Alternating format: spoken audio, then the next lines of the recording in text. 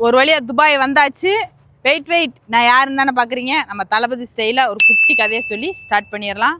ஒரு கிராமத்தில் பார்த்தீங்கன்னா ஒரு ஆத்தாச்சியாக வந்து ஒரு பேத்தியை வளர்த்துட்டு இருந்திருக்காங்க. அப்போ பார்த்தீங்கன்னா ஒரு நாள் விடிய காலையில் அந்த பேத்திக்கு வந்து பேன் பார்த்துட்டு இருந்திருக்காங்க.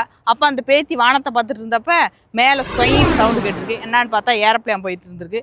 அப்போ அந்த ஆத்தாட்ட அந்த பிள்ளை கேட்டிருக்கு, ஏத்தா இதில் யார் போவா, அது எங்கே போகுது, இதில் யாரெல்லாம் போவா தானே, அதில் பட்டணத்துக்காரங்க வக்கீல் பெரிய பெரிய சப்புன்ஸ் பட்டு நாடு தாண்டி சில்லா காணாத இடத்துக்கு போகுதுத்தே அப்படின்னு அந்த ஆத்தா சொல்லியிருக்கு.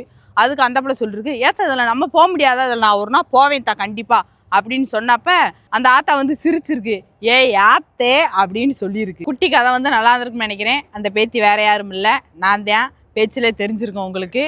சொயின் ஏறி சைன் வந்து துபாய் இறங்கியாச்சு. என்னடா அந்த பிள்ளாட்டு வளவளன்ட்டு பேசிட்டு போகுதுன்னு நினச்சிடாதீங்க. நம்ம துபாய் ஜங்ஷனை ஃபாலோ பண்ணிக்கோங்க. அப்போ தான் நான் பண்ணுற ஃபன்னெல்லாம் உங்களுக்கு தெரியும். நீங்கள்